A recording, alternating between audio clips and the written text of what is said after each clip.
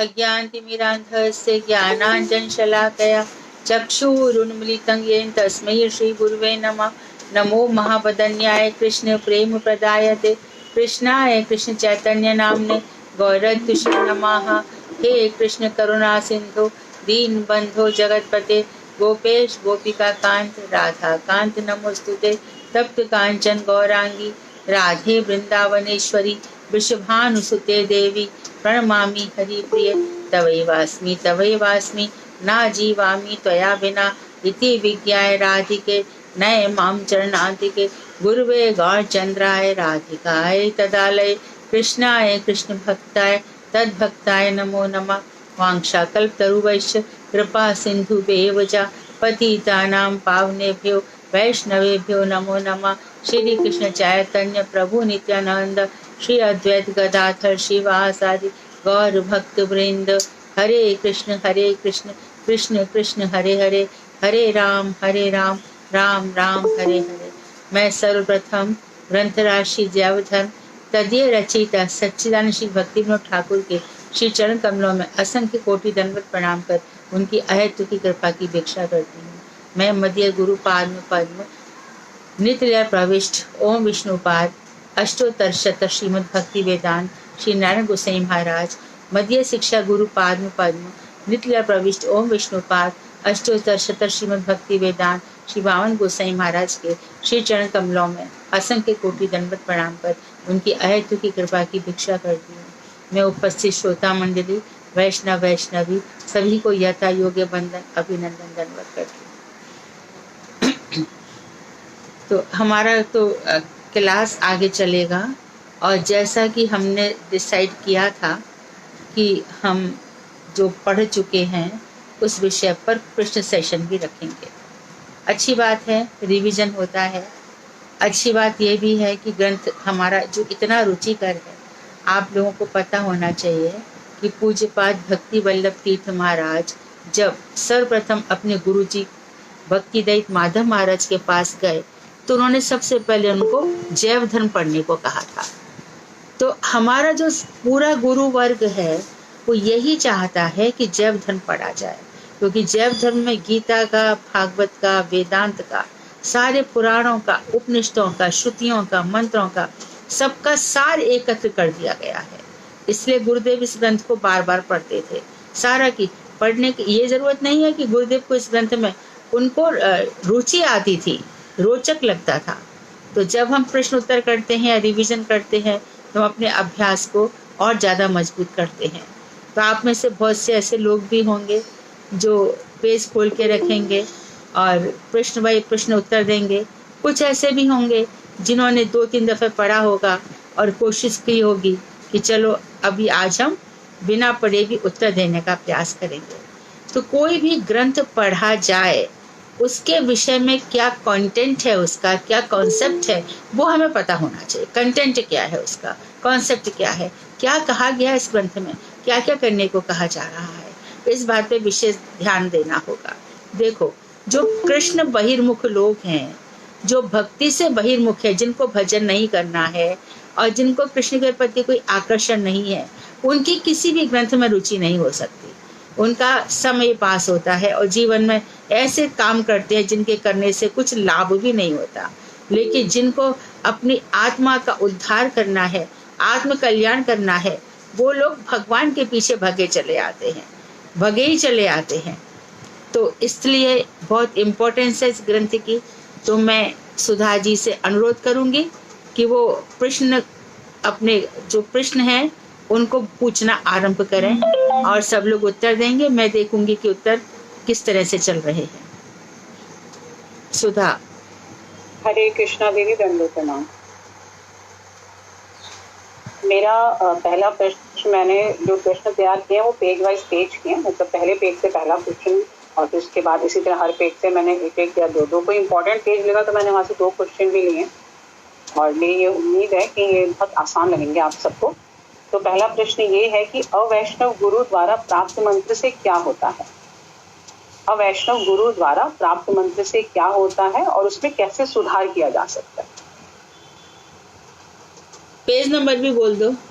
Page number है दीदी ये 381, पहला ही पेज है 381 जी, 381। बता दीजिए।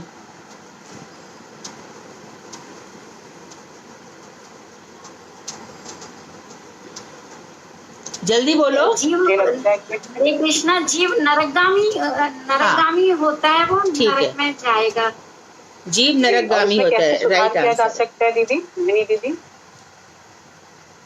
उससे हमें बचने के लिए क्या करना है? हम अगर हमें समझ हमें में हाँ, शुद्ध गुरु से वैष्णव दीक्षा लेके शुद्ध और गुरु, फिर हम गुरु शुद्ध थोड़ी होते हैं। गुरु तो गुरु ही होते हैं, शुद्ध गुरु नहीं। कुछ और बोलो, सही शब्द बोलो। वैष्णव गुरु से दीदी सिद्ध, सिद्ध जिसको मंत्र सिद्ध हो गए हैं। एम आई राइट सुधा? यस दीदी, हाँ जी, हाँ बिल्कुल ठीक है। वो गुरु सिद्ध होना चाहिए, जिसको मंत्र सिद्ध हो गए हों, वो उस गुरु से मंत्र लेने से उसके, हाँ, अपनी अपना बहुत ध्यान से पढ़ें। और इसमें गलत सही का वो नहीं है, आप इतनी रुचि ले रहे हैं वही महत्वपूर्ण है। गलत सही में आप रुचि ले रहे हैं, रुचि पूर्वक उत्तर दे रहे हैं, उस पर ध्यान दीजिए। यस। मेरे इसमें से एक दो प्रश्न ऐसे भी हो सकते हैं जो कि जरूरी नहीं है कि हमारे चैप्टर से रिलेटेड हो, लेकिन हमारे जैन धर्म से रिलेटेड। और दीदी हमें कई बार बीच में जैसे अपने अनुभव हमसे शेयर करती हैं, हमें अपने बारे में बताती है, या और भक्तों के जो बारे में बताती है, वो भी एक आध क्वेश्चन आपको मिलेगा इसमें से, जो कि इसके आंसर मुझे पता है कि सबको पता होते हैं। अगला क्वेश्चन है कि अष्टादशाक्षर मंत्र क्या होता है? ये हमने कई बार सुना, आप सब जानते होंगे। अष्टादशाक्षर मंत्र वेरी कौन नाइस सा है? क्वेश्चन। गोपाल मंत्र जी, या शैला जी ने उत्तर दिया। गोविंद है। Who gave this answer? Shaila जी ने। मंत्र को रूबी ने जवाब दिया दीदी। हाँ, गुड आंसर रूबी। जी, और इसके साथ ये मुझे बताओ, आपके द्वादशाक्षर मंत्र कौन सा है और किसने किसको दिया था? ये भी हम लोग जो जिन लोगों ने भागवत सुनी है, श्रीमद् भागवतम पढ़ी या सुनी है, वो सब जानते हैं। द्वादशाक्षर मंत्र कौन सा है और किसने किसको दिया? नारद जी ने दिया था गुरु महाराज को। जी बिल्कुल सही। क्या क्या बोला धर्मेंद्र? भगवते वासुदेवाय नमः। भगवते वासुदेवाय ने। हाँ जी, हाँ जी, बिल्कुल ठीक है। अच्छा, थोड़ा क्वेश्चन में अगला है इम्प्रूवमेंट हमारा- है। किसने किसको दिया था? ये मंत्र दिए जाते रहे हैं, ऐसा नहीं है कि खाली नारद जी ने ध्रुव को दिया। ये मंत्र और भी लोगों को दिए जाते रहे हैं, तो ये सिद्ध मंत्र है जो समय समय पर नारद जी ने और लोगों को भी दिया है।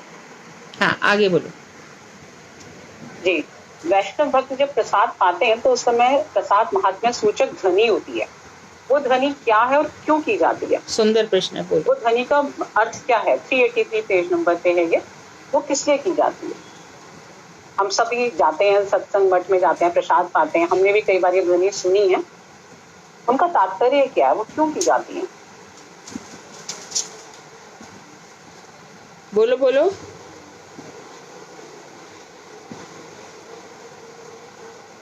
रूबी दीदी, आपको तो पता होगा, वृंदावन में भी हम लोगों ने मठ में प्रसाद पाया, तो वहाँ पर इस तरह की ध्वनि सुनी बोलो, है। महाप्रसाद गोविंद शुरू करो। उस दिन तो सब लोग बोल रहे थे।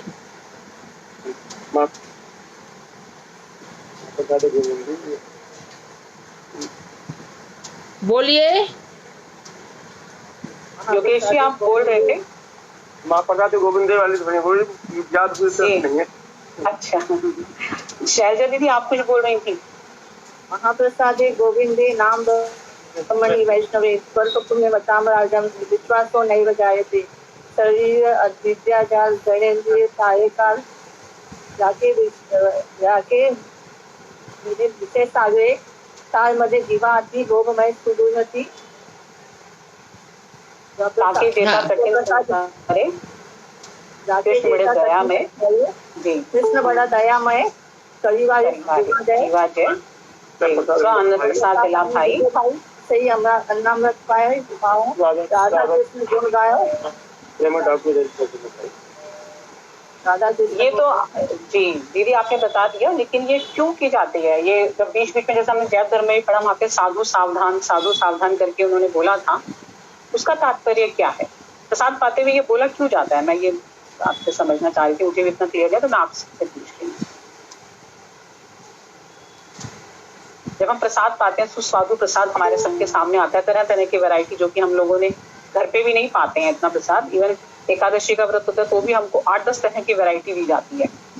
तो वो क्यों देते हैं हमको? हम तो एक तरफ तो हमने व्रत रखा हुआ है, हमको नहीं चाहिए अनाज, कुछ अनाज तो नहीं खैर मिलता, हमें प्रसाद नहीं चाहिए, हमें तो अपनी इंद्रियों पे कंट्रोल करके कम खाना है। तो उतनी वैरायटी हमें मिलती है और हम खाते भी बड़ा स्वाद लेके, तो उसका क्या मतलब होता है? क्योंकि हमारा प्रपंच नाश होगा, इसीलिए हमें मतलब महाप्रसाद का पालन करना चाहिए। हाँ रूबी दीदी आपका ठीक है। इसमें ये है कि जो मुझे समझ में आता है, दीदी भी सुन रही हैं, कि वहां पर हमें ये है कि अपनी इंद्रियों पे कंट्रोल करना है, अपनी जीवा पे कंट्रोल करना है। जीवा पे कंट्रोल करने के लिए जो प्रसाद हमको वैरायटी का प्रसाद मिला हुआ है, वो हमने भगवान के प्रसाद की भावना रख के उसको पाना है। देखो महाप्रसाद तो महाप्रसाद ही होता है सुधा, महाप्रसाद महाप्रसाद होता है। और जब हम महाप्रसाद नहीं लेते तब हम कह सकते हैं कि ये जिह्वावेग है। महाप्रसाद में इस तरह से जब महाप्रभु जी के पास बहुत सारा महाप्रसाद था, तो जो श्रीवास का दामाद था, अरे कितना खाते हैं कितना खाते हैं, इस तरह से, तो जो महाप्रसाद के प्रति श्रद्धा नहीं रखते उनके लिए मन में ऐसी भावना आती है कि ये प्रपंचात्मक भोग है। भक्तों में महाप्रसाद के प्रति भोग बुद्धि कभी नहीं होती। आगे पूछो। अगला प्रश्न है जी, राग किसे कहते हैं? राग किसे कहते हैं? हरे कृष्णा जी, अपने इष्ट के प्रति जो गाढ़ प्रीति होती है ना, स्वाभाविक जो प्रेम होता है, उसको राग कहते हैं। और रागात्मिका भक्ति किसे कहते हैं?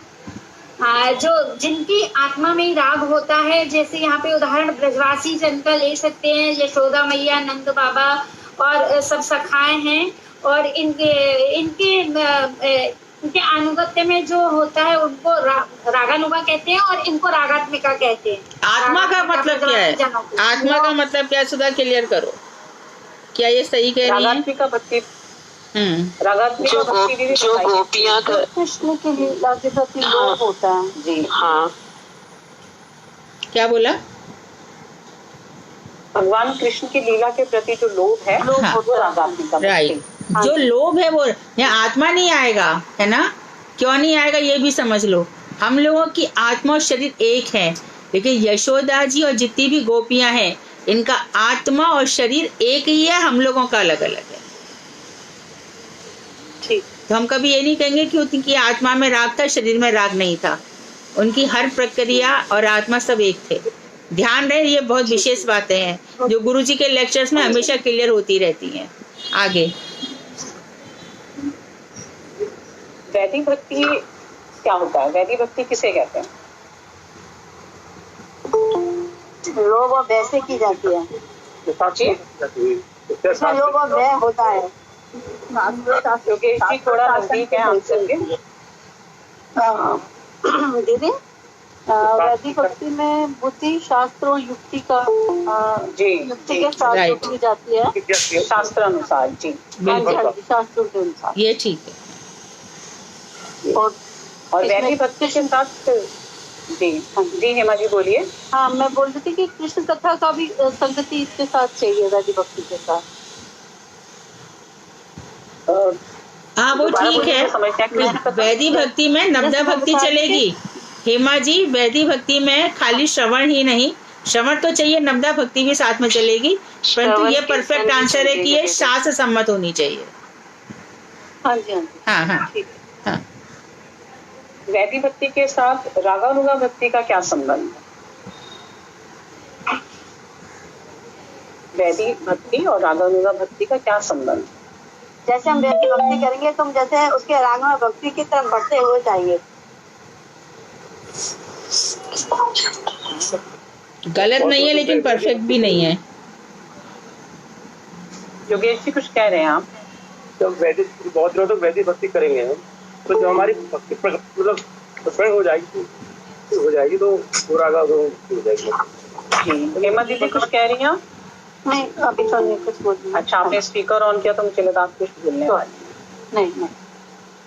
जहाँ तक मुझे समझ है, वैदिक भक्ति जैसे हम शुरुआत करते हैं भक्ति की, तो हमें एक कुछ नियम, कुछ हमें कानून पालन करने पड़ते हैं। वैदिक भक्ति के जरिए हम आगे बढ़ते हैं और यही भक्ति धीरे धीरे धीरे जो हमारा लोभ इसमें बढ़ता है तो रागानुगा भक्ति में कम होती है। वैदिक भक्ति है जिसमें डूज एंड डोंट्स डू, ये दो चीजें रहती हैं, करना है और नहीं करना है। ठीक है, वैदिक भक्ति में बहुत सी चीजें हमें छोड़नी भी हैं और बहुत सी चीजें करनी भी हैं। जैसे कि कृष्ण को कभी मत भूलो, है ना, ये इसका बेस है। ये इसका बेसिक है, कृष्ण को हमेशा याद रखो। तो आसन पर बैठकर पूरी श्रद्धा के साथ नवदा भक्ति से सम्मिश्रित जो भक्ति है वो वैदिक भक्ति होती है।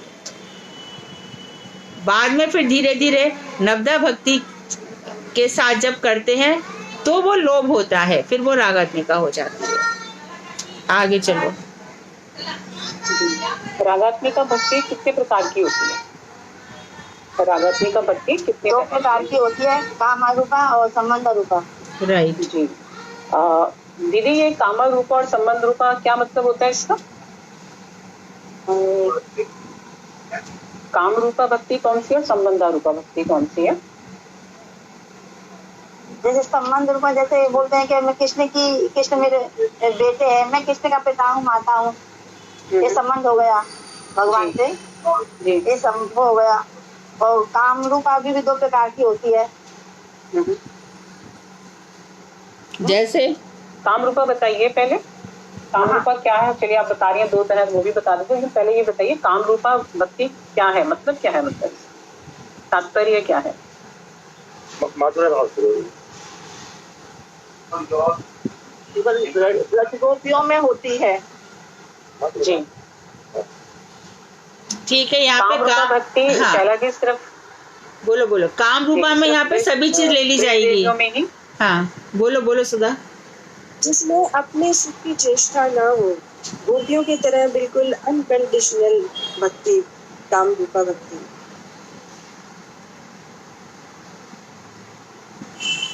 ठीक है ठीक है ठीक है। योगेश जी कुछ कहना चाह रहे हैं? योगेश जी बोलिए। हाँ मैं यही कह रहा था, जो जैसे माधुर्य भाव से जो भक्ति की जाती है जैसे गोपियों ने की, जी, ब्रजदेव में पाई जाती है। हाँ वो तो उनको अपने सुख की जरा भी चेष्टा नहीं रहती है, सिर्फ कृष्ण सुख के लिए ही जो चेष्टा होती है। उनकी सारी चेष्टाएं, सारी क्रियाएं जो है वो सिर्फ और सिर्फ कृष्ण सुख के लिए होती है। इवन वो अपने लिए भी अगर कुछ करती हैं तो वो उनका अपने लिए करना भी कृष्ण सुख के लिए ही है अल्टीमेटली। जैसे अपने आप को सजाना, संवारना, वो सब कृष्ण सुख के लिए ही है। अगला प्रश्न है कि कौन से 6 भक्ति भाव में से 2 अनुकरण करने योग्य नहीं है और क्यों? कौन से 6? जी है और देश। यस, ये तो भय और आपने द्वेष। बता दिया आप। राइट जी, और ये क्यों नहीं है ये आपने बता दिया, भय और द्वेष। लेकिन भय क्यों नहीं है और द्वेष भी क्यों नहीं है? क्योंकि बोलिए मोहिनी दी, आप कुछ कह रहे हो? जो ये 4 जो भाव अनुकूल भाव है ना, उनके ये प्रतिकूल भाव हैं, ये दोनों भय और द्वेष। जी, परफेक्ट, राइट। भय भक्ति किसने करी थी और द्वेष भक्ति किसने करी थी? कंस ने तो कंस ने और भक्ति तो खैर नहीं है वो। जी शिशुपाल ने देश से करी थी। जी ठीक है। ब्रह्म में प्रवेश करने वाले कौन से 2 हैं, कौन से 2 तरह के हैं जो कि ब्रह्म में प्रवेश करते हैं?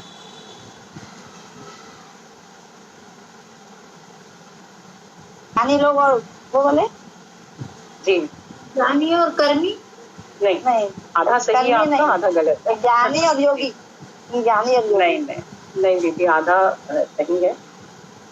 ज्ञानी और असुर लोग जो मारे जाते हैं। जी, हेमा दी ने सही दिया। ज्ञानी लोग और वो असुर जिनको कि भगवान द्वारा मारे गए असुर, राइट, वो इसमें प्रवेश करते हैं।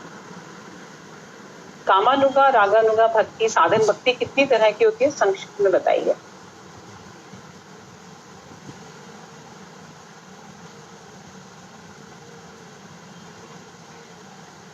कामानुगा, रागानुगा, साधन भक्ति कितनी तरह की है और संक्षिप्त? 2 प्रकार की होती हैं, संभोगमय इच्छामय और तत्त भाव इच्छामय। जी, और इनका मतलब भी बता दीजिए।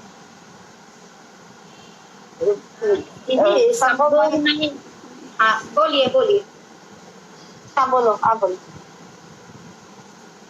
ये यहाँ पे है ना, केली तात्पर्यमयी जो होती है ना, संभोग इच्छामयी, उसको होती है जैसे अपराकृत क्रीड़ा को क्या बताया दीदी ने कि जैसे आलिंगन है, चुम्बन है, अभिसार है भगवान के साथ में, तो ये आएगा संभोग इच्छामयी, इसमें आएगा साधन जो कि ब्रज देवियों में होती है। हाँ जी, और दूसरी क्या बताई थी आपने?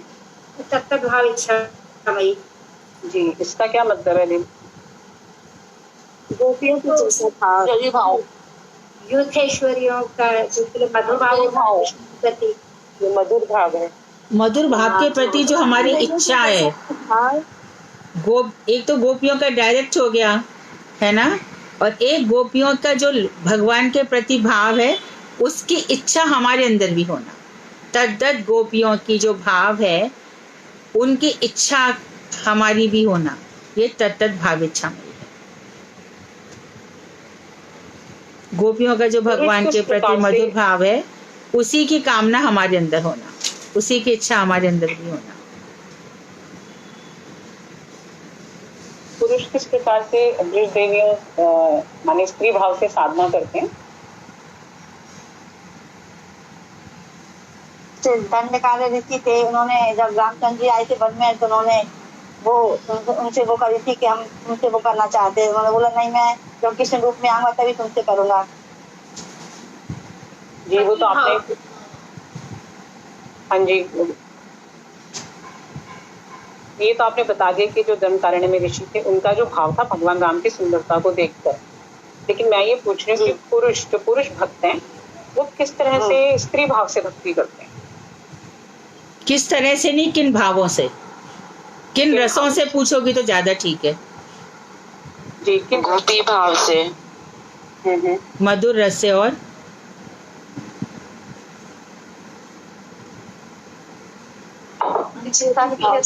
इफ दे फॉलो नंद बाबा को फॉलो करेंगे तो कौन सा रस हो जाएगा, और यशोमती को करेंगे तो वात्सल्य रस।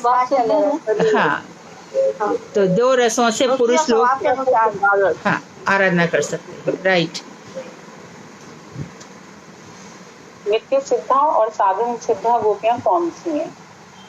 नित्य सिद्धा गोपियां कौन सी हैं और साधन सिद्धा गोपियां कौन सी हैं? नित्य सिद्धा तो अष्ट सखियां आती है, ललिता विशाखा जी। ये जो नित्य सिद्धा जो राधा जी की स्वरूप शक्ति, कृष्ण की स्वरूप शक्ति राधा जी हैं, और उनकी कायव्यूह ये अष्ट सखियां हैं नित्य सिद्धा। और जी, और साधन सिद्धा साधन जो ऋषि मुनि साधन करके भक्ति में आगे बढ़ते हैं। जी, और गोपी रूप में वृंदावन ये सब में जन्म लेते हैं। कौन बोला अभी? हेमा जी। हाँ, राइट आंसर। कृष्ण की लीला पुष्टि करते हुए वो कृष्ण की लीलाओं की पुष्टि के लिए परफेक्ट आंसर। हाँ जी, हाँ जी, ब्रज में जो अवतरण होते हैं। अभी जवाब देने वाली दीदी दोनों ही दोनों। अच्छा, हाँ, ओके, हाँ हाँ, मोहिनी भी अच्छे उत्तर दे रही है। रेरंसा का क्या? हाँ, रेरंसा का क्या मतलब है और ये किस में पाया जाता है? ये भाव किस में होता है रेरंसा? रमण करने की वासना। राइट जी, और ये भाव किस में पाया जाता है दीदी? महिषियों में, कृष्ण के महिषियों में। जी, महिषियाँ क्या होती है?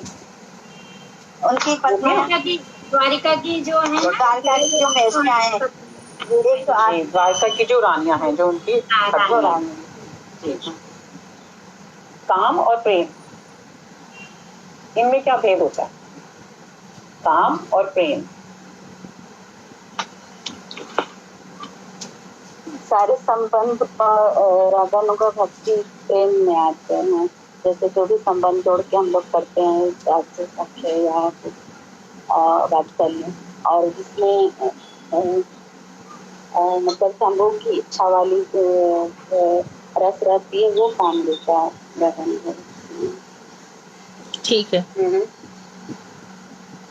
संबंध रूपा भक्ति में और काम नहीं होता जी, और काम रूपा भक्ति में संभोग की इच्छा रहती है। ठीक है। भावों और चेष्टाओं के अनुकरण का क्या तात्पर्य है? भावों और चेष्टाओं के अनुकरण क्या मतलब होता है इसका?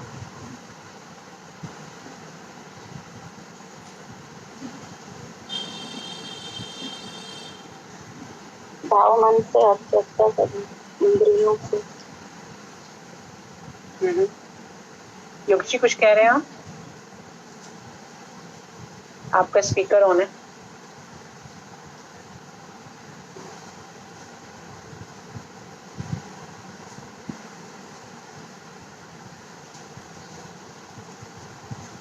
और कोई बता रहे हैं भाव और चेष्टा में क्या फर्क है, क्या मतलब होता है?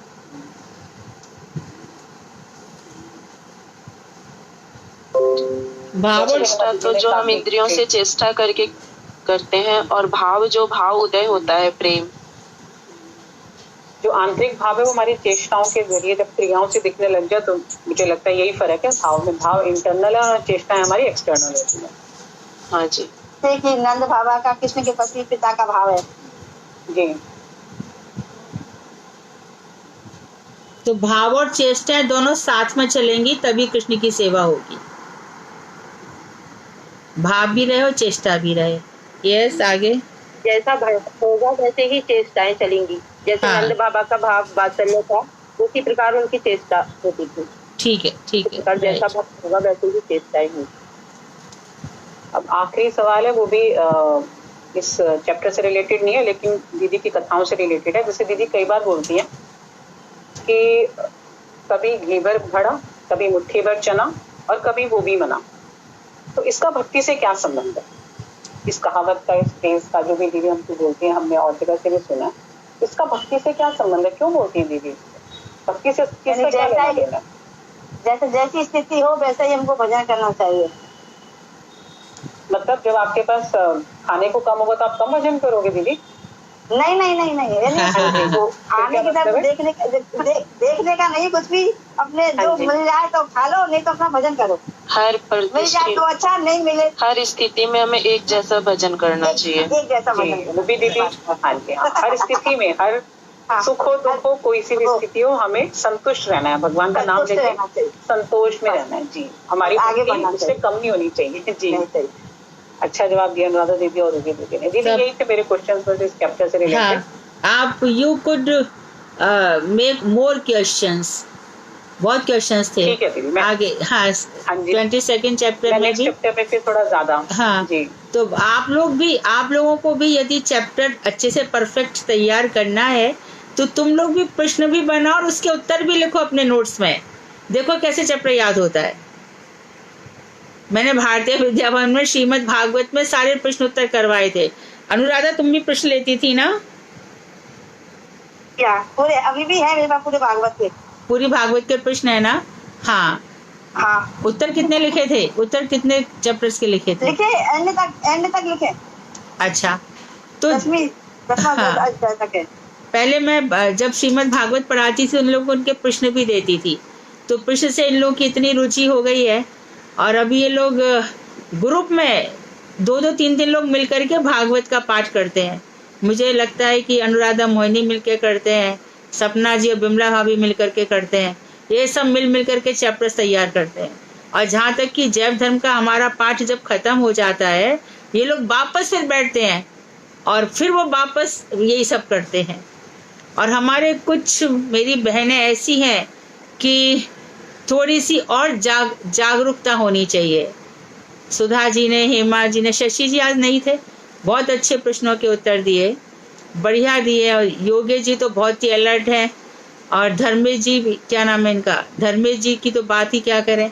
आप लोग इतने आगे बढ़ रहे हैं, इतने सब कुछ, थोड़ा सा और गंभीरतापूर्वक, और भी गंभीरतापूर्वक चीज़ों के लीजिए। कॉन्सेप्ट आप लोग के बहुत अच्छे हैं, कहीं पे कोई मतभेद नहीं था और बिल्कुल शास्त्र सम्मत विचारों से आप लोग बोले थे।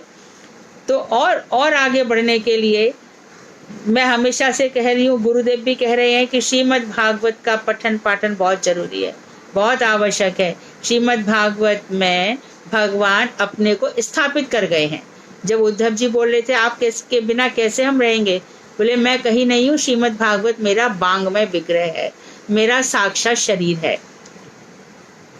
तो इस तरह से विचार करके आप लोग अपना अपना ग्रुप बनाइए और ग्रुप बना करके ये कीजिए। मैं सच कह रही हूँ, आपके जीवन में इतना ड्रास्टिकली चेंज आ जाएगा कि आपको नहीं पता ये क्या हो गया।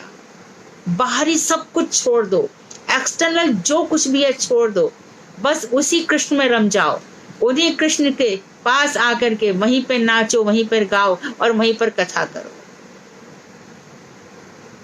तो तुम लोग भी अपना अपना ग्रुप बना लो। रूबी तुम्हारी शालू के साथ अच्छी जमती है, सुधा शशि तो है ही। हाँ जी दीदी।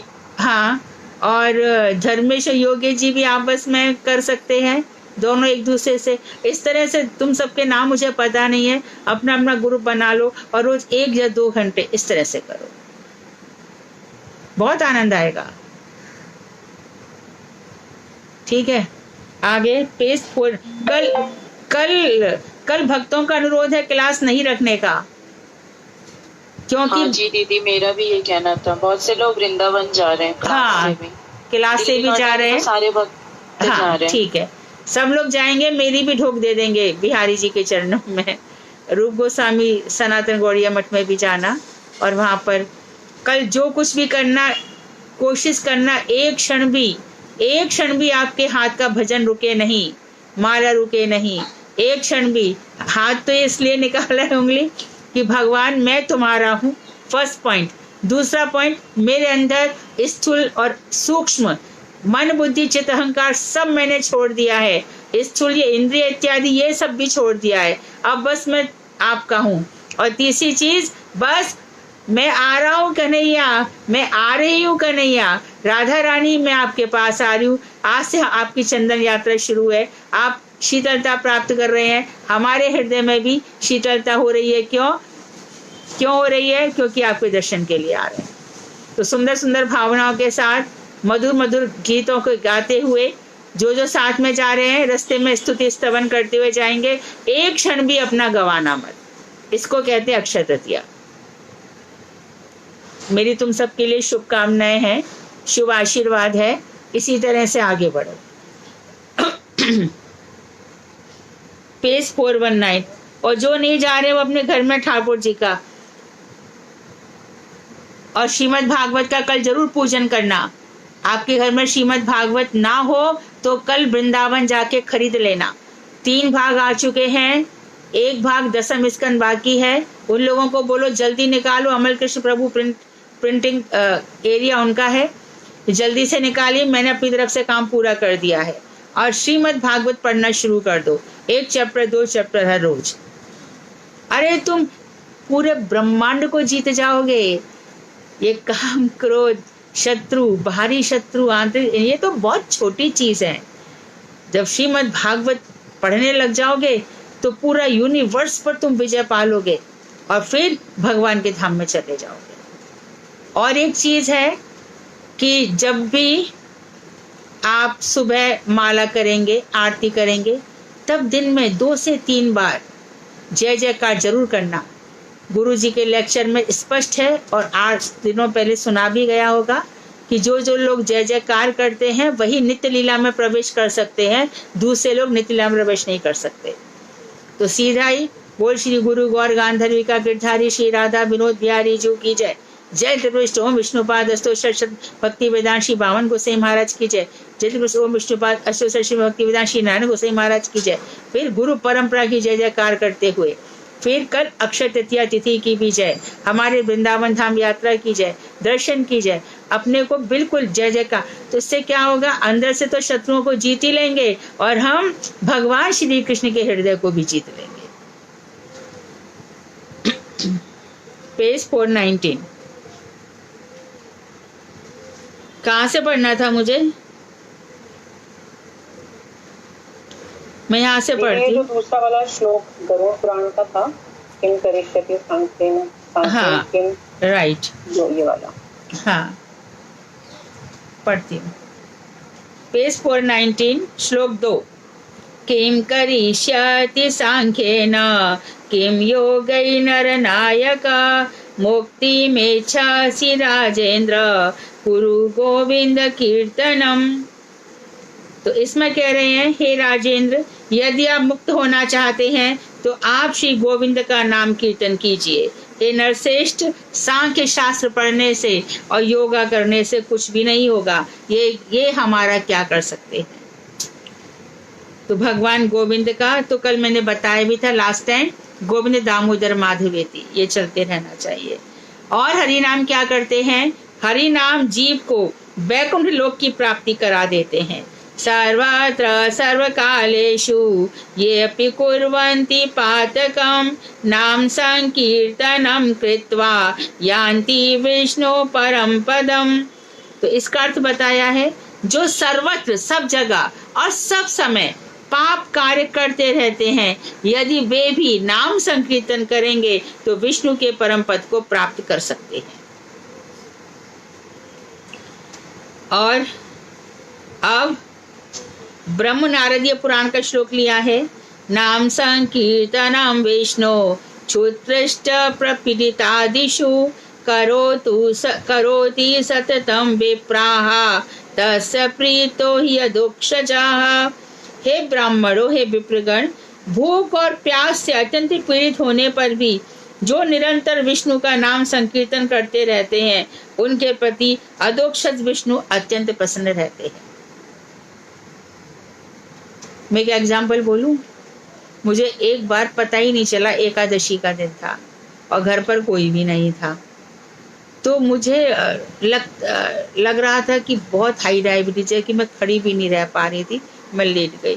फिर मुझे क्या लगा कि मेरा फेस यहाँ से थोड़ा सा टेढ़ा हो जाएगा, और ऐसा हाथ कुछ हो रहा था। मेरे पास तो कुछ रास्ता नहीं था, कृष्ण कृष्ण कर रहे थे। बाद में फिर राधिका ही, मैं कहा डायबिटीज चेक कर, तो मेरी डायबिटीज 580 थी, भूख के कारण। मैं उस दिन ऐसे ही था, अभी तो थोड़ा ध्यान देती हूँ, पहले मुझे ऐसा लगता था एकादशी में क्यों खाना चाहिए। तो बच गई ना, मैं नाम संकीर्तन कर रही थी। तो ये जो चीजें हैं, ये ऐसी नहीं लिखी है भाई। मैं एग्जाम्पल इसीलिए देती हूँ कि मोटिवेशन मिले। ऐसा भी नहीं है कि गुरु वैष्णव बीमार लीला, अभिनय लीला नहीं कर सकते, बीमार पड़ने का अभिनय कर सकते हैं। हमें अभिनय ही उसको समझना, नहीं तो हमारा अपराध हो जाएगा। तो नाम संकीर्तन में इतनी ताकत है, पूरा एक चैप्टर उन्होंने बना लिया, और जितने भी पुराण है सबसे संकलन कर लिया। सोचो कितने शास्त्रों का संकलन किया है भक्ति विनोद ठाकुर ने, नाम प्रभु की महिमा दिखाने के लिए।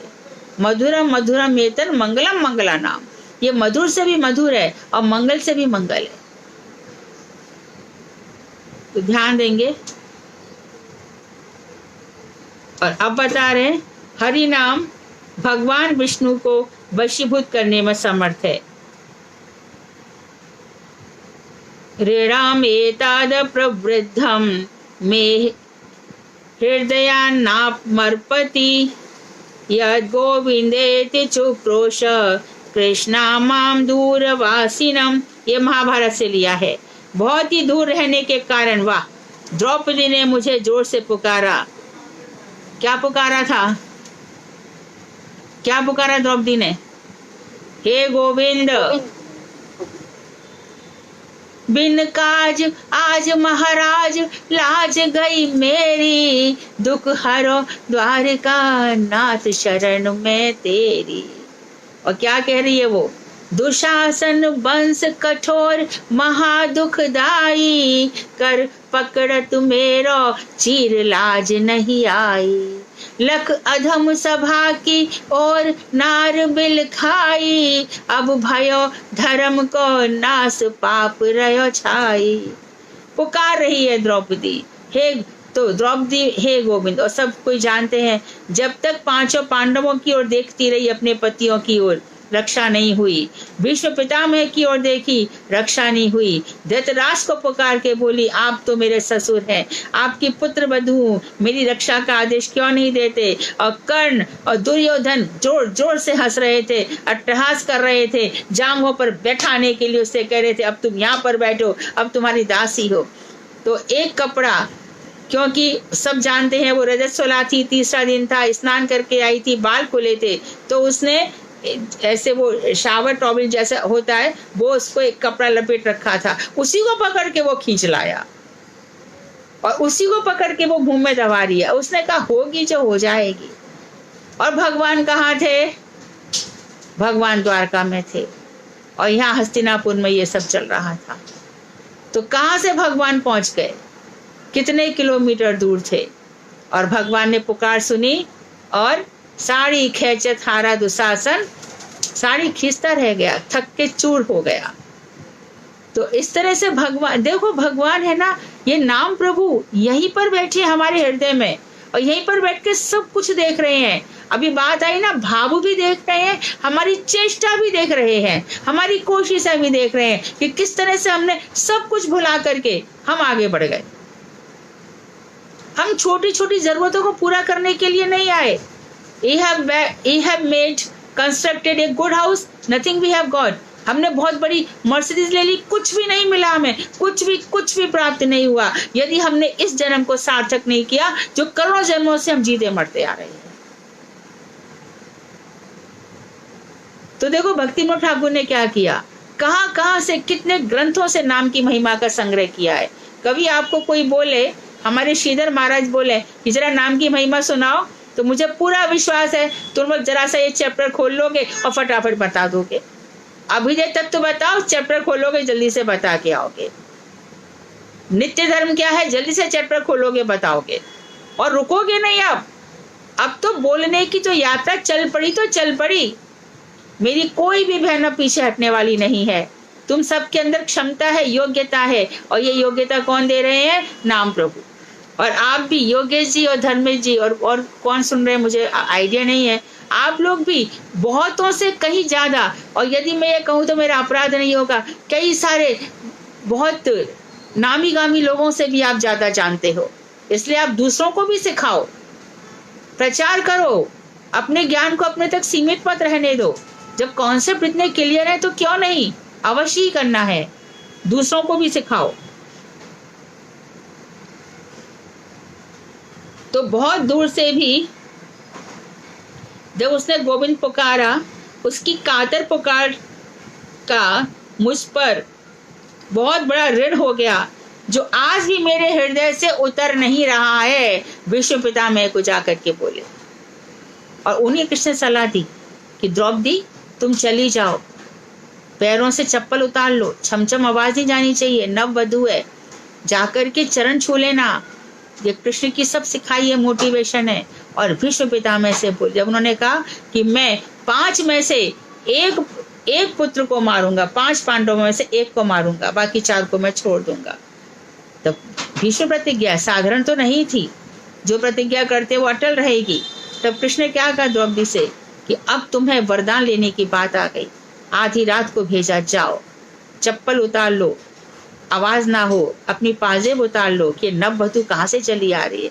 जा करके पैर छुआ तो सीधे आशीर्वाद निकला, सुहागवती हो। तो द्रौपदी बोली कि आपने तो मेरे पति को मारने का व्रत लिया है, आप मुझे कैसे आशीर्वाद दे रहे हो, मेरा वचन छूटा नहीं जाएगा, तेरे 5 पति जीवित रहेंगे। कृष्ण ऐसे ही हैं। इसी प्रकार से जब दुर्योधन जा रहा था तो गांधारी ने पहली बार आंख खोली। शंकर जी की भक्ति थी, साधारण तो नहीं थी, मूर्ख थी। जब पति भी अंधा है तो खुद ने भी आंखें बांध ली, यही उसकी मूर्खता थी। अरे एक को नहीं दिख रहा तो एक तो देखे, एक तो अन्याय कर रहा है एक तो न्याय करे, दोनों एक जैसे हो गए तुम। तो उसने आंख खोली तो तेज तो था, क्योंकि उसने किसी प्रकार के लोभ लालच में नहीं आई, आंखें नहीं खोली। उसको लगा भी नहीं कि मैं अपने पति को देखूं तो सही कैसे लगते हैं, राजकाज देखूं तो सही, मेरा बेटा कैसा दिखता है, क्या दिखता है, कुछ नहीं। तब उसने एक दफे आंख खोली। तो यदि वो जिसको भी देखेगी तो क्या हो जाएगा, तो उसका शरीर लोहे का बन जाएगा। तो जैसे दुर्योधन वहां से चला तो कृष्ण ने कहा, अरे मूर्ख, माँ के सामने कोई नंगा जाता है क्या, तो कुछ तो पहन ले। तो उसने पेड़ की छाल लगा ली, और बस जैसी माता के पास पहुंचा तो माता ने कहा, ये तूने क्या किया। और उसी के उस शरीर को भगवान ने क्या किया, भीम को इशारा किया। जब दोनों में युद्ध चल रहा था 27 दिनों तक, तो भीम को इशारा किया कि एक दिन का ऐसे इसको फाड़ दे। या और क्या किया, ये तो जरासंध के लिए किया, इसके लिए क्या किया, दुर्योधन के लिए जांघ पे हाथ मारी, भैया भीम ऐसे करके हाथ मारी। इसका मतलब इसकी जांघ पे प्रहार करो। तो कहने का तात्पर्य यह है कि सारी चेष्टाएं, सारे भाव कृष्ण से छुपते नहीं है। द्रौपदी के लिए भी कहा कि मुझे पुकारा, मैं आज भी सोच रहा हूं कि ऋण उतरा कि नहीं उतरा, और गोपियों का तो मैं आज तक ऋणी हूं। आपका ऋण कैसे उतरेगा? मेरे भक्त आएंगे और गोपियों का खूब गुणगान करेंगे तो समझूंगा कि मेरा कुछ ऋण उतर रहा है।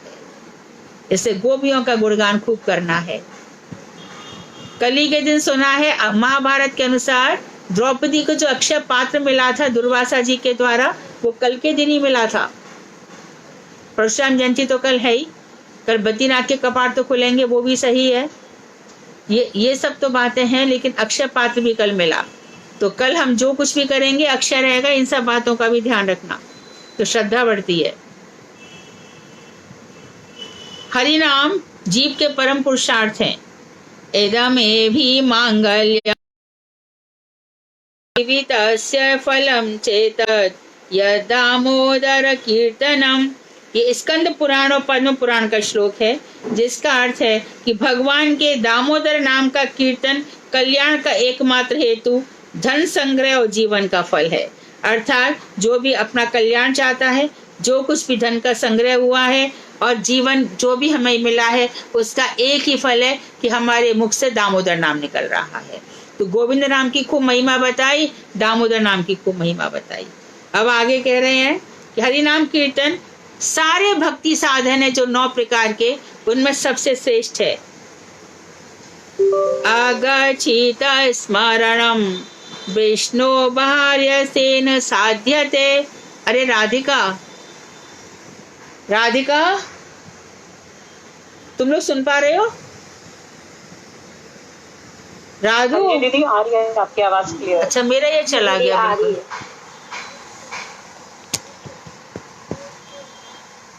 देखना ये चला गया, क्या हुआ इसका?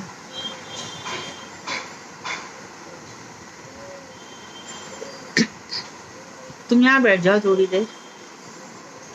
ओष्ठ स्पंदेन मात्रेण कीर्तनम तु ततो परम। यह वैष्णव चिंतामणि में से लिया है, जिसका अर्थ ये है कि विष्णु के स्मरण से बड़े परिश्रम से सारे पाप नष्ट हो जाते हैं, परंतु उनके नाम कीर्तन द्वारा पाप अति सहज नष्ट हो जाते हैं।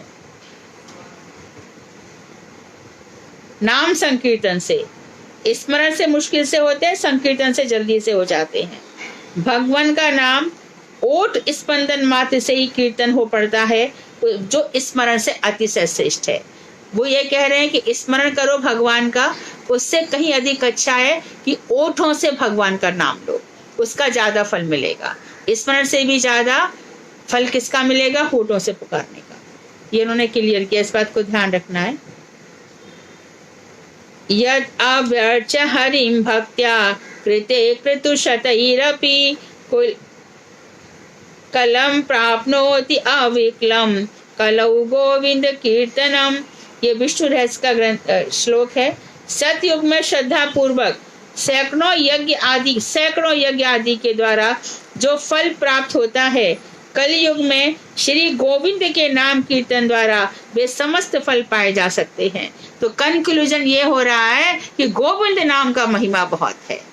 मैंने इसमें भी पढ़ा था, रूप गोस्वामी की जो ये है रचना पदावली में ही पढ़ा था शायद, कि जिसकी जिह्वा पर गोविंद नाम नृत्य करता है, तो भगवान को गोविंद नाम अधिक प्रिय है। और बता दिया, कृते यध्यायतो विष्णु त्रेतायाम यजतो मखई द्वापरे परिचर्यायाम कलौ तद्धरि कीर्तनाद। ये तो भागवत का ही है। सतयुग में भगवान का ध्यान करने से, त्रेता में बड़े बड़े यज्ञों के द्वारा उनकी आराधना करने से, और द्वापर में विधि पूर्वक अर्चन करने से, और कलयुग जो फल मिलता है, कलयुग में केवल भगवान नाम का उच्चारण करने से फल मिल जाता है। विजय कुमार, अब विचार करके देखो, हरि नाम का आभास, मात्र आभास भी, यानी कि भगवान को नाम लेकर के नहीं कहा गया। परिहास में, क्रीड़ा में, फिसलते समय, छींकते समय, कभी ऐसे ही दूसरे की मजाक करते समय आभास भी समस्त सत्य कर्मों से श्रेष्ठ है। सारे कर्म किए जाए उससे भी कहीं श्रेष्ठ है भगवान का नाम आभास, क्योंकि सत्कर्म मात्र भी उपाय स्वरूप होकर काम फल को प्रदान करके दूर हो जाता है। कोई भी कर्म वो फल देगा, खत्म हो जाएगा। इसलिए मैं बार बार कहती हूँ कि देखो, कोई भी कर्म बिना फल दिए नष्ट नहीं होता, अच्छा या बुरा। लेकिन ये पाप और पुण्य किससे नष्ट हो जाते हैं? भगवान से। क्योंकि आपने पढ़ा होगा, जो गोपियां महारास में नहीं जा पाई, तो भागवत में साफ लिखा है उनके कुछ पुण्य बच गए थे, पाप तो खत्म हो गए थे कृष्ण के नाम के स्मरण से। सोचो, आज से भगवान श्री कृष्ण 5500 वर्ष पहले आए थे, तब उन्होंने महाराज किया। उसके पहले 28वीं चतुर्युगी चल रही है, कितनी चतुर्युगी हो गई। तो वो जो गोपियां थी, जो साधन सिद्धा है ना, अभी नित्य सिद्धा नहीं है, तो कितने जन्मों से वो तपस्या कर रही थी, तो अभी उनके पाप पुण्य बाकी थे। हमारा क्या, कितने करोड़ जन्मों में क्या क्या पाप पुण्य करके आ गए। कभी कभी हम कहते ना हमको सिद्धि नहीं मिल रही, यही कारण है कि बहुत ज्यादा पाप पुण्य हुए हैं, दंभ हुआ है, अहंकार हुआ है। जब मधु सरस्वती से कहा कि आप 3 बार 1 करोड़ नाम का पारायण करो, 2 करोड़ नाम जप लिए, चलो नहीं कुछ हुआ, 2.5 करोड़ जप लिया, उठा करके भजन रख दिया, अरे कुछ तो होना चाहिए, ये क्या। तभी नारद जी प्रकट हो गए, बोले इतना क्या परेशान हो रहा है, देख तेरा पिछला कितने तेरे पापों के ढेर लगे हैं, जो अभी तक नाम संकीर्तन से नष्ट भी नहीं हुए। तो नाम संकीर्तन में तीव्रता बहुत होनी चाहिए। भगवान श्री कृष्ण से गुरुदेव कहते थे हमेशा, तुम लोगों का भजन बिरजा नदी के उस पार पहुंचे। हम तो यही इसी संसार में, फालतू के संसार में, नश्वर वस्तुओं के संग्रह में लगे हुए हैं। नाम कहां से बिरजा नदी के पार पहुंच जाएगा। तो शुद्ध चित्त से स्मरण किया हुआ जो नाम है, कीर्तन किया हुआ नाम है, वो वहां तक पहुंचे। तो अभी तो ये सत्कर्म है, ये यही फल देते रहेंगे। तो भगवान के नाम संकीर्तन से क्या होगा, सत्कर्म क्यों ना हो, वो सब जड़मय हो जाता है। क्योंकि कर्म है, फल दिया, नष्ट हो गया। बहुत बड़ा कर्म किया, नष्ट हो गया। कितना बड़ा कर्म क्यों ना कर लो, धर्मशाला बनवा लो, कुआं खुदवा लो, कुछ भी कर लो, सब नष्ट हो जाएंगे। क्या नहीं नष्ट होता है? नाम। हरि नाम चिन्मय है, अतएव उपाय स्वरूप, साधन स्वरूप होकर भी फल के स्थान में ये स्वयं ही उपेय स्वरूप है, ये सिद्ध है। फल क्या है? सिद्धि। तो हरि नाम का फल क्या होगा? सिद्ध हो रहा है। क्या सिद्ध हो रहा है? नाम चिंतामणि बन रहा है, मतलब नाम स्मरण करते ही ठाकुर जी के रूप, गुण, लीला इत्यादि के दर्शन हो रहे हैं। वाह जी वाह, ये नाम का फल है। हाँ, जिसका नाम जप रहा है वो व्यक्ति के सामने ठाकुर जी आ ही जाएंगे, आएंगे ही, और किसके सामने आएंगे। परंतु ध्यान रखना, जैसे कि मैंने बताया और खुद हमें शिक्षा दी है हमारे पूज्यपाल भक्ति सिद्धांत सरस्वती ठाकुर ने, 10 करोड़ नाम जपे थे और तब वो प्रचार के लिए निकले। और जिनको ABCD भी नहीं आती, प्रचार के लिए निकले। बड़े प्रचारक है, क्या के प्रचारक है, भजन करते नहीं है, क्या हो जाएगा प्रचार करने से। हम 300 लोगों को लेकर आए, हम 500 लोगों के, हम 700 लोगों के, ऐसा प्रचार है। सब छूट गया, संसार छूट गया, मिट गया सब कुछ, सारी कामनाएं खत्म हो गई, बस भजन हो रहा है। घर में बेटा भी हो रहा है, बेटी भी हो रही है, सब कुछ चल रहा है, सब कुछ चल रहा। हम बड़े प्रचारक हैं। ऐसे लोगों से इंप्रेस होने की जरूरत नहीं है। भजन भजन भजन, इतना बड़ा शास्त्र हम पढ़ रहे हैं, इसके मुकाबले तुम यदि स्टैंड करते हो तो हम तुम्हारा सम्मान करेंगे, नहीं तो नहीं। शास्त्रों की भाषा में बताओ और खुद भी शास्त्रों के हिसाब से जीवन जियो। ये तो हमारा तुम्हारा क्या, मैं तुम्हारे को साथ लाई थी क्या, तेरे साथ जाऊंगी क्या वापस, क्या है तेरा मेरा लेना देना। सीधा एकदम स्ट्रिक्ट। तो ये सिद्ध स्वरूप है। नाम का फल क्या है? सिद्धि मिलते जाना। और भी देखो, भक्ति के जो सब अंग बतलाए हैं ये सभी हरि नाम का आश्रय लेकर वर्तमान है। नवदा भक्ति में जो भी श्रवण कीर्तन स्मरण आत्मनिवेदन, दास, सख्य जो भी है, ये सब किसका है? आश्रय लेकर सब भगवान के भक्ति के अंगों का। तो विजय बोले, प्रभु हरि नाम पूर्ण चिन्मय है, यह मुझे अच्छी तरह से विश्वास हो गया है। फिर भी नाम तत्व के संबंध में शंका रहित होने के लिए, नाम तत्व के संबंध में मैं शंका रहित हो जाऊं कि अक्षरात्मक नाम चिन्मय कैसे हो सकते हैं? कि नाम तो अक्षर है। और एक चीज सुन लो, बहुत ही इंपॉर्टेंट बता रही हूँ। देखो, नाम तो चला जाएगा, ऊपर की चीज है, वो यहाँ की चीज तो है नहीं। जो चीज जहां से कनेक्टेड है वो वहीं पर जाकर के खत्म होगी, और जो चीज यहीं की प्राकृत जगत की वस्तु है वो प्राकृत जगत में ही जाके खत्म होगी। यहीं करो, यहीं भरो। तुमने किसी को गाली दी, अगले जन्म में 100 गाली देने वाला तुम्हें मिल जाएगा। तुमने किसी का मजाक किया, इस जन्म में 1,00,000 मजाक करने वाला मिल जाएगा। जो तुमने किया वही, लेकिन जो ऊपर वाली वाणी है वो ऊपर पहुंचाएगी। यहां पर जो कुछ भी हो रहा है वो यहीं जाकर के फल देकर के खत्म हो जाएगी। इसलिए है तो अक्षर ही, लेकिन ये चिन्मय है, क्योंकि चिन्मय जगत के, चिन्मय जो पुरुष है, परम पुरुष परमात्मा भगवान आनंद कंद श्री कृष्ण के जो नाम है वो उनके तो नाम है, ये वहां तक वाणी पहुंचेगी।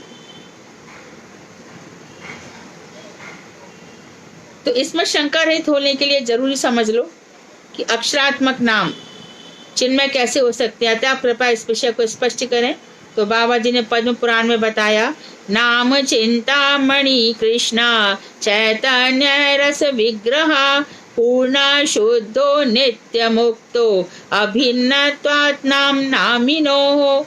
नाम और नामी परस्पर अभेद है, इसलिए नामी कृष्ण के समस्त चिन्मय गुण उनके नाम में भी है। जो नाम में है, नामी में भी वही गुण है। यही नामी नाम भगवान के रूप, गुण और लीला का स्मरण कराएगा। नाम पूर्ण तत्व है, पूर्ण है। हरि नाम में जड़ संस्पर्श नहीं है, जड़ वस्तु का स्पर्श नहीं है। हरि नाम वे नित्य मुक्त हैं, क्योंकि वे माइक गुणों द्वारा कभी आबद्ध नहीं होते। कितने पेज बाकी हैं? अभी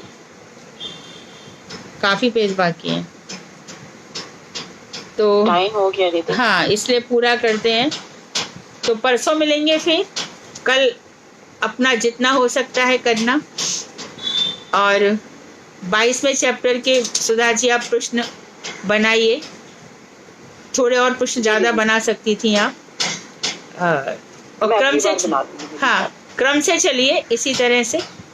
अच्छा, काफी अच्छी प्रिपरेशन है। ये लोग परसों भी तैयार होके बैठेंगे, और तुम लोग भी रोमांच बना रहे, इसके लिए याद करके बैठो। छोटी छोटी चीजें हैं, हृदय मजबूत हो जाएगा, भगवान के भजन के लिए अच्छा हो जाएगा।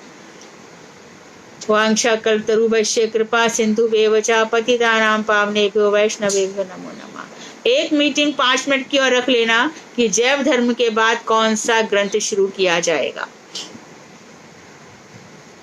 मेजॉरिटी, हाँ दीदी, ये उपाय स्वरूप का जरा बताइए। उपाय साधन है, आपने उपाय को तो और उपाय सिद्ध। उपाय मतलब साधन, नाम ही साधन है, नाम ही सिद्ध है। क्लियर है?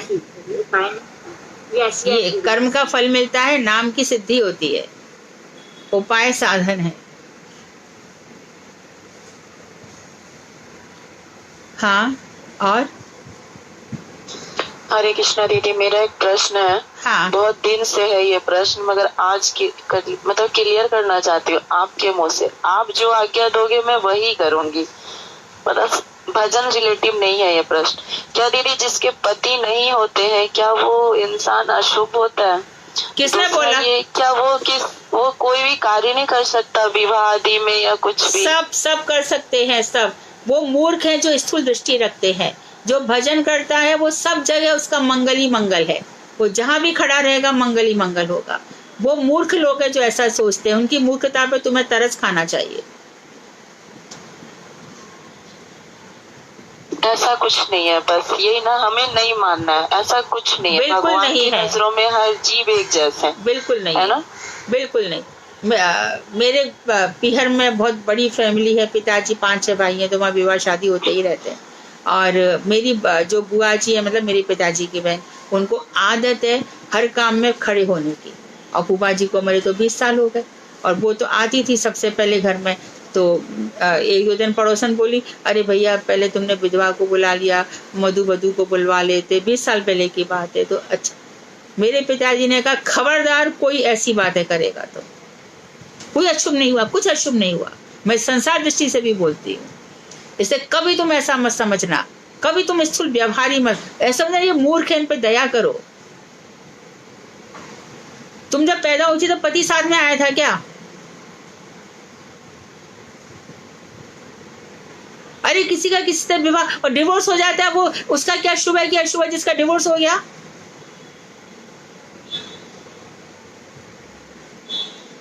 उसका क्या है बताओ?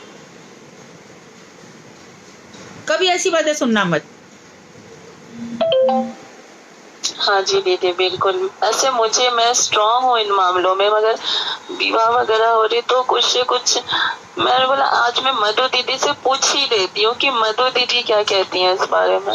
अरे तुम भजन करो, इन मूर्खों पे को छोड़ दो। तुम जब ऊपर उठना होता है ना तो नीचे की बातें छूट गई होती हैं, कब से छोड़ दो, फालतू लोगों पे ध्यान ही मत दो। सीधा जो कुछ बोले सीधा ही। मेरे पास तो एक ही शब्द होता है, चल फुट। मैंने दीदी उनके मुंह पे मना कर दिया कि मेरे को शादी में नहीं आनी।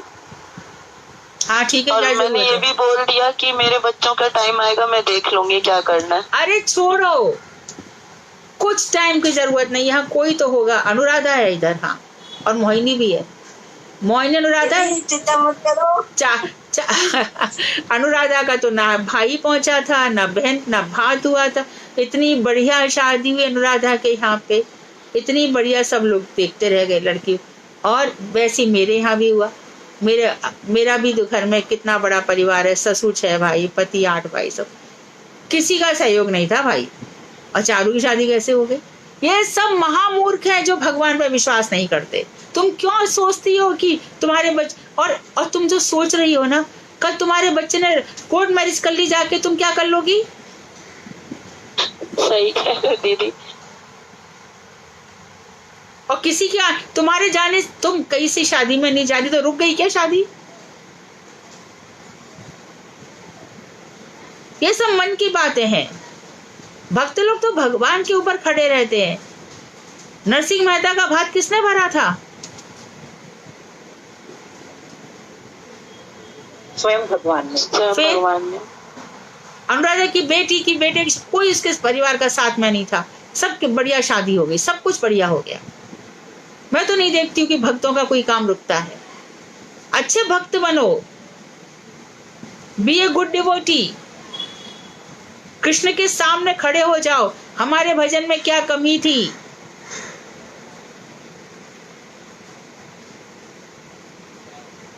एक की भी परवाह मत करना, एक की भी। हाँ जी दीदी ठीक है। दीदी हरे कृष्णा। हाँ दीदी अक्षय तृतीया पे और क्या क्या करना चाहिए? अक्षय तृतीया पे सुबह उठ करके मंगला आरती तो करोगी ही ना। ठाकुर जी को स्नान करवाओगी, खूब फूल चढ़ाना, चंदन चढ़ाना। ये सब करने के बाद अच्छे सतुआ हो तो सतुआ, खरबूजा, खीर, ये सब व्यंजन उनको खिलाना। और फिर खूब कोशिश करना कि कम से कम 1 लाख नाम तो पूरा हो। और एक एनवेलप निकाल के रख देना। जब तुम्हारे गुरुजी कौन है? श्रीधर महाराज जी। हाँ, उनको थोड़ी सी भेंट दे देना जब वो मिले तब। अपने गुरुजी के लिए भी करना चाहिए।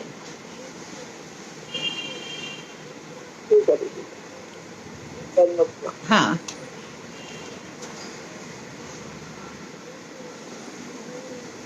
दीदी हरे कृष्णा। दीदी दंडवत प्रणाम। हाँ मैं दीदी प्रणाम कर रही थी दीदी।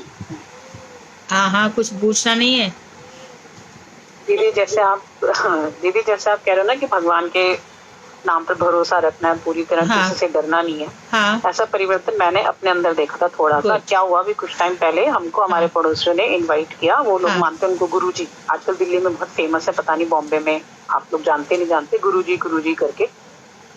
पंजाबी हैं शायद, वो अब नहीं है शायद दुनिया में, लेकिन उनको गुरुजी कह के सब मानते हैं। उनके जो भक्त हैं वो बड़ा भव्य आयोजन करते हैं।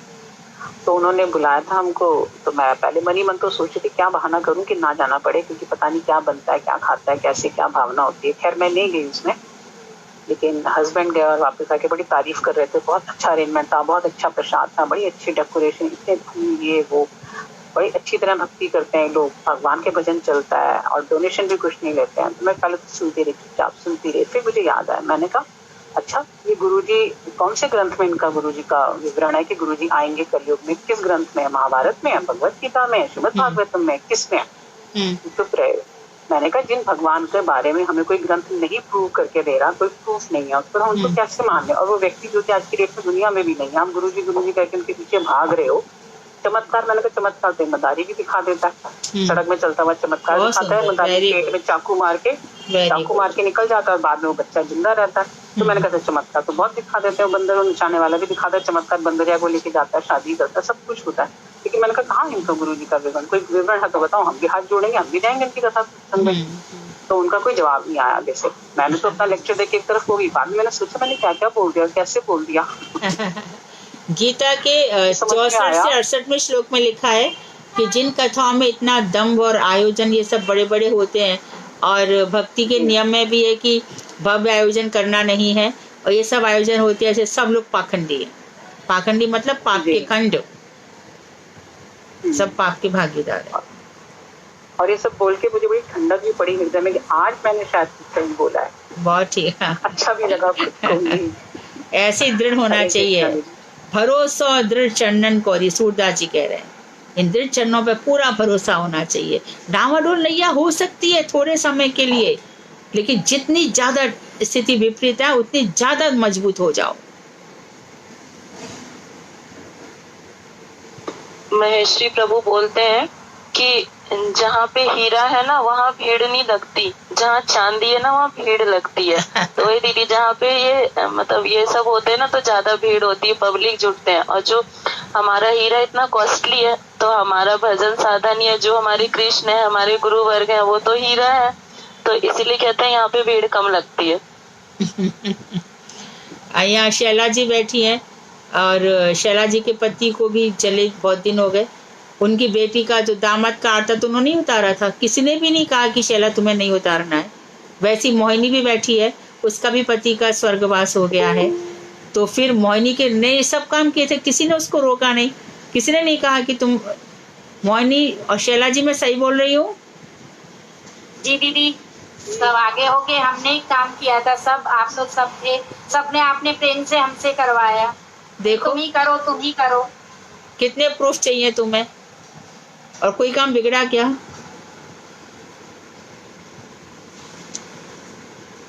मैं सब आपकी व्यवस्था से बहुत अच्छा सब उसके तो पति नहीं थे, और खूब बढ़िया उसका कार्यक्रम हो गया, सब उसकी बहनें आ गई, सब कुछ सब अच्छा हो गया। शैला जी की लड़की की शादी इतनी जोरदार हो गई, पति नहीं थे, सब बेकार की बात है।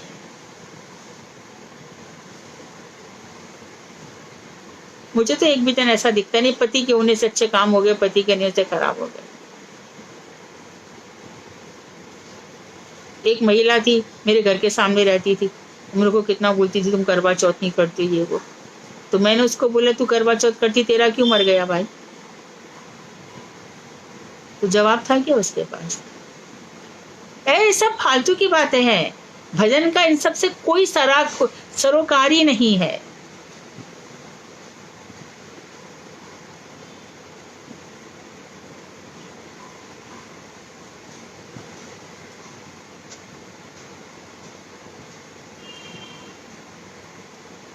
ठीक है, फिर परसों मिलते हैं, और चैप्टर तैयार रखना 22वां, फिर आगे हम इस ग्रंथ को चलाएंगे।